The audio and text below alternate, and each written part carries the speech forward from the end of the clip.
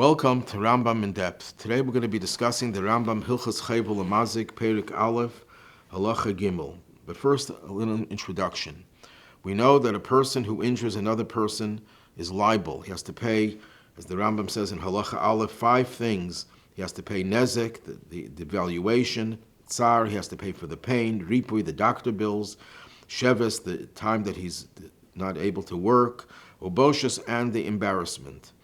These are the payments that you have to pay when you injure someone, when one person injures another person. So there's a question, what is the basis for this obligation of payment? Is it because it's like damaging property, and when you damage property, you have to make restitution. You caused a loss, the person has lost something, so you have to replace it. That's indeed how Rashi explains the liability for damaging and hurting another person. You cause damage, so you have to compensate for that damage.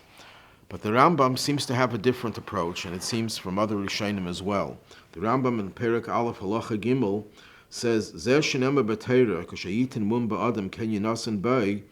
when the Torah says that when a person inflicts an injury to another person, so shall be done to him. It doesn't mean that we're going to injure the perpetrator the way he injured the victim. Ella, what it means is something else. That he really should have that limb removed, or he should be injured this way he injured the other person. That's what really should happen. That's why he has to pay for the damage. In other words, he's not paying for the loss itself, he's paying to replace the fact that he deserved to have the same thing done to him. It's a form of kofar, of atonement. And he proves it. It says in the Torah that you can't take kofar, ransom, to acquit someone who's a murderer, who has to get the death penalty. You can't say, well, we'll pay instead of the death penalty. It doesn't work. But when the Torah emphasizes that's l'nefesh ritzeach, for the soul of a murderer, the Torah is trying to tell us l'nefesh ritzeach b'lvad hu she'ein bei kafir, for the life of the murderer. In the case of murder, then there's no kafir. But if it's only for something where a person loses a limb or for an injury, there is a way of ransoming it and replacing it, the punishment that the person deserved, with the actual payment of money. So the Rambam is clear that the Rambam holds that the payment is not compensation for the loss, but it's actually a form of ransoming and atonement for what you deserve to have be done to you. What is the basis of this? So Reb Chaim Brisker explains that when you look at the payments that we just mentioned before, among the payments you have tsar, pain, boishes, embarrassment. There's no loss of money over there. There's no devaluation. So you see that the Torah, when it tells you to pay for the injury of another person, there's a gzeres hakosov, there's a decree of the Torah that says that you have to pay even though there's no loss. So therefore the Rambam assumes that that's not just true about tsar and boshes, pain and embarrassment, it's true about nezik as well. It's true about the damage as well. That you're not paying for the loss itself, you're paying for the limb that you deserve to have harmed, removed, or injured, and that you're paying for that.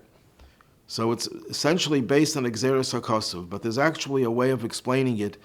It's based on another Rambam, a famous Rambam in Hilchos Ritzeach. The Rambam says that if a person murders another person, the victim's relatives say, we forgive him, don't prosecute him. So the Rambam says you don't listen to them. Why? Because the person who they killed, the relatives don't own that person's life. The person's life belongs to Hashem, belongs to the Almighty. And therefore they can't forego the penalty because it's not their body. Why does the Rambam have to add those words that it's not the property of the relative, it's God's property? He could have just said it doesn't belong to the relatives. Everyone understands that. The relatives don't own the body of their brother, of their sister. But by adding those words, Rabbi Zevin explains the Rambam is alluding to what the Alter Rebbe rules in the Shulchan Aruch. The Alter Rebbe rules that if a person asks someone to injure him, he's not allowed to do it. Why is he not allowed to do it? So the Alter Rebbe says, because you don't really own your body. It's not yours. It belongs to Hashem.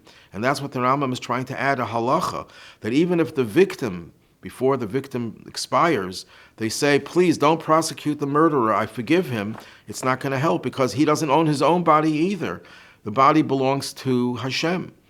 And there's also a Radvaz, commentary on the Rambam, who explains why it is that if a person confesses to a crime, the person will not get the penalty. So he says, because you don't own your body. You can't relinquish the penalty because the penalty is for what was done to your body and you're not the owner of the body. Hashem is the owner of the body. If that's the case, we can understand why the Rambam says that when you pay for injury to the person, it's not compensation, but it's replacement for the injury that you deserve to have happen to you. Because you can't really ask a person to pay for what happens to the body because it's not your body. It doesn't belong to you. So what are you paying the person for? The person doesn't own it. When it comes to property, the person owns the property. So you're taking away his property. You have to compensate him. You have to replenish it by paying. But in the case of your body, you don't own your body. It's not yours. And therefore, the person cannot be asked to pay for something that doesn't even belong to him. But rather it's because it's a replacement. The perpetrator deserves to have this injury done to him, and instead of it being done, the Torah allows you to ransom yourself and bring atonement to yourself by paying for the value.